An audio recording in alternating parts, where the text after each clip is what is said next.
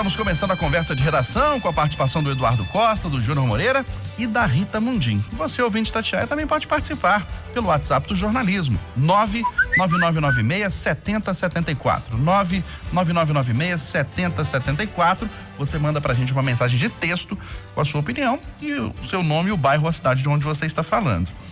Olha, o Brasil ultrapassa a marca de 2 milhões de infectados por coronavírus e a Prefeitura de Belo Horizonte desmente médicos e nega colapso no sistema de saúde de Belo Horizonte. Segundo o boletim emitido pela Prefeitura diariamente, hoje a ocupação de leitos de UTI está em 86% e de enfermaria 67%. Meu caro Eduardo Costa, bom dia para você.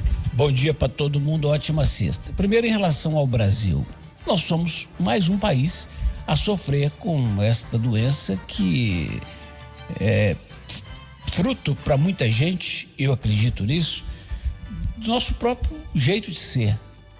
Você vai batendo. Sabe, Eustáquio, a experiência na cobertura policial me diz que todo, ou quase todo, 90% dos abusadores foram abusados um dia. Então, esta é mais uma resposta da Mãe Natureza para o que estamos fazendo com o ambiente. Ela falou: vocês não param com os carros, não param com as máquinas, não param com o lixo, então eu vou dar uma parada. E ela está tentando respirar para sobreviver, para que a nossa espécie não seja algo extinto em breve.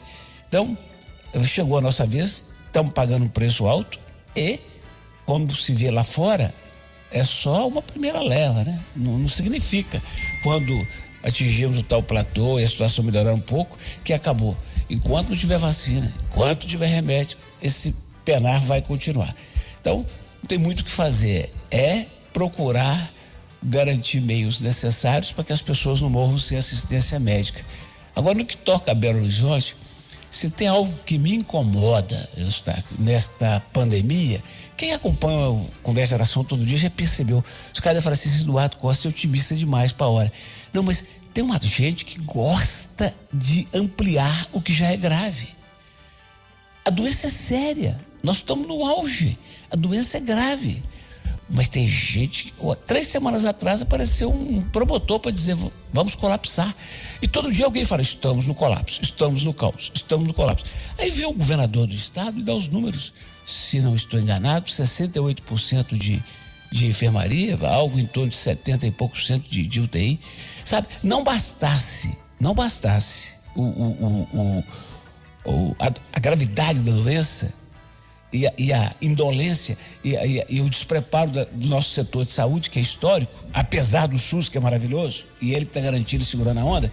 Não bastasse isso, a gente ainda tem setores da própria mídia que gostam de alavancar o susto e volta e meia aparece um pregando caos, um colapso. Tem dó. Rita Mundim, Brasil ultrapassando a marca de 2 milhões de infectados e a Prefeitura desmentindo médicos e negando colapso no sistema de saúde de Belo Horizonte. Pois é, eu quero até aproveitar esse momento, né, que é um momento triste.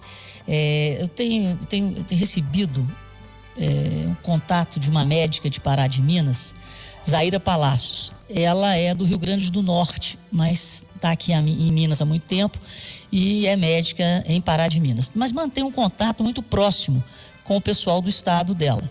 E segundo ela, foi feita uma carta agora com 300 médicos do Rio Grande do Norte. Vocês podem acompanhar que no Nordeste, o Rio Grande do Norte é destaque pela eficácia na redução dos números de casos e de óbitos. Nessa carta, esses 300 médicos defendem o tratamento com ivermectina na prevenção da Covid-19. E ela, inclusive, ela fala para a gente ouvir uma entrevista que foi dada por um infectologista de lá, Luiz Alberto Marinho. E ele tem um blog, então acessem o blog do Luiz Alberto Marinho, quem quiser ficar por dentro do que está acontecendo no Rio Grande do Norte e dessa defesa, né, de um grande número de médicos pelo uso da ivermectina como profilaxia para a doença. Então faço esse registro e agora voltando ao assunto daqui, realmente estamos lá aí no topo, com uma situação não tão desconfortável quanto outros estados já passaram, mas o que incomoda mesmo é esse hospital de campanha, que era um STEP, mas é um pneu furado, né? A sensação que a gente tem é que é um STEP que não pode rodar, né? Então, fica aqui primeiro esse contato, né, da Zaira Palácios, médica de Pará de Minas, alertando para o sucesso, né, que a ivermectina teve no Rio Grande do Norte, conseguindo combater a doença na sua fase inicial. Então, são essas as minhas considerações. Ô, Júnior, reforçando então os números de Belo Horizonte, segundo o boletim da Prefeitura: ocupação de leitos de UTI, 86%. Ocupação de leitos de enfermaria, 67%. Minas Gerais, ocupação de UTI, 68,58%. E ocupação de enfermaria, 58,49%. Eustáquio, bom dia para você mais uma vez, para Rita, para Eduardo, para os ouvintes do Conversa de Redação. Eustáquio, tem dois lados aí, né? Um lado, os médicos falando que está no colapso, que os leitos estão ocupados, né? Precisa fazer aquela desinfecção, e a prefeitura negando veementemente que está nesse colapso. Inclusive, procurei a prefeitura agora cedo para tentar entender. Eu falei, talvez mudou alguma coisa de quando o boletim foi divulgado ontem, 4 horas da tarde, para agora, né? Já não sabe, essa doença meio louca, mas a prefeitura nega veementemente esse colapso. O secretário de saúde fala, continua, tem 3 semanas que está ali em torno de 85%, são os dados que nós temos e que estão divulgados também no boletim da prefeitura. Como nós não recebemos nenhuma ligação, não vimos nenhuma matéria, ninguém mostrou ainda que pessoas estão morrendo sem atendimento aqui em Belo Horizonte e em Minas Gerais, eu fico com os dados da prefeitura e do estado, a prefeitura apontando para 85% dos leitos ocupados e a ocupação de UTI no estado 68,58%, né? Então vamos ficar com os dados oficiais, porque a gente não viu nada acontecendo de diferente nessa história. Para fechar, Eustáquio, esse assunto, que eu acho que não tem muita polêmica, só dar uma nota aqui. Eu acho que vale muito a pena. A Covid-19 calou na madrugada de hoje uma das mais marcantes vozes do rádio brasileiro. O José Paulo de Andrade, ele tinha 78 anos, ele era apresentador da Rádio Bandeirantes de São Paulo, é um dos grandes nomes do rádio paulista. Ele já vinha tratando de efizema pulmonar, foi infectado pelo novo coronavírus e morreu nessa madrugada. Ele foi locutor esportivo, enfim, foi repórter de campo e, por fim, há uns pelo menos 40 anos, ele apresentava um dos grandes sucessos da emissora lá em São Paulo, que era o Pulo do Gato, e também o jornal Gente da Rádio Bandeirantes. E a Covid nos levou uma das vozes mais bonitas do rádio brasileiro hoje. E todos estão sujeitos à Covid, mas quem tem outras doenças, né, as chamadas comorbidades, está mais sujeito ainda ao agravamento e ao falecimento, infelizmente. Olha, o governador Romeu Zema deu uma entrevista exclusiva hoje ao Jornal da Itatiaia, garantiu que o hospital de campanha, ali na Gameleira, no Expo Minas, está pronto para receber pacientes e que depende só de um entendimento entre o Estado e a Prefeitura de Belo Horizonte. Vamos ouvir. O hospital de campanha está pronto. Ele pode começar a funcionar daqui 2 horas. Já está com a equipe contratada, com toda a infraestrutura pronta. Isso vai depender simplesmente da Secretaria de Saúde e Secretaria Municipal de Saúde de Belo Horizonte chegarem a um entendimento que é o momento adequado. Assim que houver falta de leitos, o hospital de campanha está lá exatamente por esse motivo.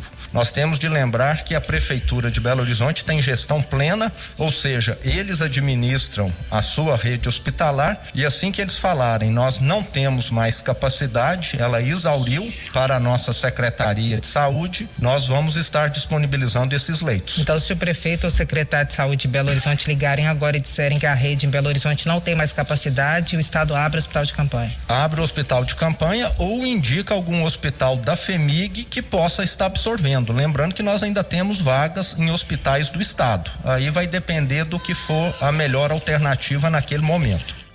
Ainda na entrevista à repórter Edilene Lopes, o governador enfatizou a importância da aprovação da reforma da Previdência em Minas para tentar salvar a economia do Estado. Vamos ouvir. Se Minas não fizer a reforma da Previdência, nós vamos repetir aqui o que já aconteceu em outros estados. Eu quero deixar isso muito claro. Daqui a pouco o funcionalismo vai estar recebendo com 3, 4, 5 meses de atraso. Caso a operação do Nióbio saia, nós estamos trabalhando arduamente para que ela saia, aí sim nós vamos ter condição de acabar com o parcelamento. E aí, Rita, bom dia. Sua avaliação sobre a entrevista do governador Romeu Zema, falando de novo sobre economia e falando que o hospital de campanha está à disposição, e diz também, em outro ponto, que Minas atingiu o platô, ou seja, lá no alto do número de casos, mas está mantendo esse patamar, e a expectativa é que nas próximas semanas o número comece a cair. Pois é, né? Então, mas aí a gente pode, eu não sei, né? O governador Romeu Zema é um administrador muito sério, muito transparente, né? Eu não sei se eu entendi, mas parece que existe uma falta de acerto político aí ainda entre o governo e a prefeitura. Mas pelo que o governador disse, não existe ainda essa necessidade do uso do hospital de campanha, ao contrário do que a gente tem sentido, né? Mas os números mostram que ainda existe leitos vagos para atender as pessoas mais necessitadas nos casos mais graves. Mas já que está todo mundo contratado, está tudo bonitinho, e ele afirmou que se a prefeitura necessitar, ele abre o hospital, vamos dar um crédito para a palavra do governador. Em relação ao Estado, gente, nós estamos não tem mais nem tacho, não tem rapa do tacho, não tem mais nada, não tem de onde tirar. Então, o governador está trabalhando com o que tem. A operação do Nióbio realmente é o que a casa oferece para poder, num curto prazo, mitigar os efeitos da quebradeira do Estado. E aí, no segundo momento, a reforma da Previdência viria para recuperar a capacidade de investimento do Estado de Minas, recuperar o Estado, tirar o Estado da UTI, né? Nós estamos realmente na UTI e já estamos ficando sem respirador no que diz respeito ao caixa. Jura Moreira, a sua avaliação da entrevista com o governador Romeu Zema, na parte de economia, na parte da Covid? Eustáquio, não tem muito a que acrescentar o que a Rita disse, né? Se o governador falou que tá tudo ok, que se necessitar abre daqui a 2 horas o hospital de campanha, já precisa acreditar nele. Fato é que das outras vezes não era muito bem assim, quando eles falavam que ia abrir, e aí depois a gente descobriu que tinha um problema aí na contratação de médicos, enfim. Espero que dessa vez esteja sendo uma coisa um pouco mais certa do que em momentos anteriores. Sobre a reforma da Previdência, é aquela situação, o Estado não aguenta mais, essa reforma precisa acontecer, essas discussões precisam acontecer, mas deve entrar mais ou menos essa conta toda lá para o final do ano, depois das eleições, é o que eu disse essa semana, inclusive o Eduardo havia concordado. Durante agora a campanha eleitoral, os deputados não têm cabeça para isso e não querem discutir porque é uma pauta muito impopular, né? Eduardo Costa. Sobre a reforma da Previdência eu falo há 30 anos, Eustáquio. Vamos passar, porque ninguém aguenta. Se bem que não vai adiantar fazer reforma, tirar do professor que já ganha pouco, para entregar para político fazer o que estão fazendo. Anteontem à noite, na cidade do Cerro, os 11 vereadores se reuniram e 6 deles, portanto, a maioria, votaram para aumentar o salário do prefeito, aumentar o salário do vice, aumentar o salário dos secretários e dobrar o salário deles. Então, ninguém aguenta. E atenção, Eustáquio, é só a primeira manifestação. Como se sabe, quando tem eleição, a turma que vai entrar na sequência é uma nova legislatura, certo? Certo. O salário dos que vão entrar em janeiro em todo o Brasil, vereadores e prefeitos, ele tem que ser votado até 31 de dezembro. Atenção, gente, em termos de pandemia, reuniões remotas, vamos ficar de olho. Agora, sobre o hospital de campanha, eu falei isso aqui em maio, eu repeti em junho, eu vou repetir em julho. O que é um hospital de campanha? Um hospital de campanha é uma pequena unidade médica móvel ou mini hospital que cuida temporariamente das vítimas no local, antes que possam ser transportadas com segurança para instalações mais permanentes. Então, número 1, hospital de campanha não tem nada a ver com CTI, não é lá. 2, é para ambulatório. 3, não precisou. A gente sofre com isso todo dia. Houve um mal-estar, houve. Quando o governo viu que precisava abrir, porque o trem estava esquentando, o cara que estava lá locando o espaço criou caso. O que o governo fez? Tirou o cara de lá com o batalhão de choque e falou, discute na justiça. O que eu acho que não está errado, não. A pandemia é prioridade. Aí preparou o hospital, ele está pronto. Mas por que não está para 800 vagas? Porque não precisa. Porque não precisou, porque tem leite de enfermaria. Então, não tem polêmica, senhor Eustáquio. Economia agora. O ministro Paulo Guedes promete entregar a primeira parte da reforma tributária na próxima terça-feira. Em uma transmissão pela internet voltada ao mercado financeiro, Paulo Guedes destacou que o texto está pronto na Casa Civil e será enviado ao presidente do Senado, Davi Alcolumbre. Segundo ele, um dos objetivos é taxar lucros e dividendos, hoje isentos, e reduzir o imposto de renda de empresas. Vamos ouvir. Vai ter imposto sobre transação? Estamos estudando uma ampla base. A pergunta, vai ter imposto sobre dividendo? Vai subir. Hoje é 0. Vai subir bastante. Outra pergunta, e o imposto de renda de pessoa jurídica? Vai cair. O ministro Paulo Guedes descartou a volta da CPMF. Nós temos que examinar bases mais amplas de tributação. Comércio eletrônico é uma base ampla e cresce muito. Então, nós temos transações, pagamentos, é uma base ampla também. Ah, mas é o mesmo imposto mudando de nome. Não é o mesmo imposto mudando de nome, é uma base ainda mais ampla. E o presidente da Câmara, Rodrigo Maia, diz que a reforma é bem-vinda, mas um novo tributo, não. Nós faremos a reforma tributária que o Brasil precisa, que muitas vezes, né, Hildo, não conhece, porque nem sabe os impostos que pagam dentro dos produtos que consome. E para você, Rita Mundim, qual deve ser o principal ponto da reforma tributária, hein? Olha, o mais polêmico, ao meu ver, vai ser como eles vão fazer esse tratamento de pagamento de tributo sobre dividendo. Por quê? Depois da privatização, nós estamos falando aí do século passado, Fernando Henrique Cardoso, houve uma ampla privatização das pessoas físicas. Então, tudo quanto é pessoa física virou pessoa jurídica, porque dependendo da sua faixa salarial, a empresa não tinha como te contratar na carteira. Então, ela contratava a sua empresa. Então, você virou um prestador de serviço. Então, isso acontece, e aí nós estamos falando também dos profissionais liberais, né, que já tinham essa característica como advogados, médicos, mas viraram empresas, engenheiros, viraram empresas, jornalistas, economistas. Então, todo mundo passou a ter que ter uma empresa para poder acertar com o seu empregador, na impossibilidade da contratação por carteira assinada, dado o tamanho do custo para o empregador. E na hora que a pessoa física virou PJ, virou pessoa jurídica, essa pessoa física é ela que paga o plano de saúde dela, é ela que paga o 13º dela, a previdência. Então, muita calma nessa hora, porque dada a crise que o Brasil vem atravessando, que nós estamos em crise desde 2014, as margens e os ganhos dessas pessoas jurídicas, que na verdade são pessoas físicas, que se pejotizaram, então tem que ter muito cuidado na hora de discutir a base de incidência dessa alíquota. Grandes empresas, sim, essas têm mais que serem tributadas na distribuição dos seus dividendos. Vamos pegar aí uma família, vou dar um exemplo aqui, a família Setúbal, que é dona do Banco Itaú. Então, eles recebem um caminhão de dinheiro sem tributo, sob a forma de dividendos em cima das ações que eles possuem. Mas a gente não pode dar esse mesmo tratamento para a pessoa jurídica, para a pessoa física que virou pessoa jurídica, porque senão acabou, vai cortar plano de saúde, férias, tudo, vai ser uma confusão. Ô, Jonathan, teremos tempo e clima para votar a reforma tributária esse ano? Eu quero saber se eu tenho meia hora para falar sobre a reforma tributária, né? Esse assunto é muito complexo, que eu tirei inclusive a tarde de ontem para estudar bastante esse assunto. Conversei com alguns economistas, vi os dois lados para tentar entender isso tudo.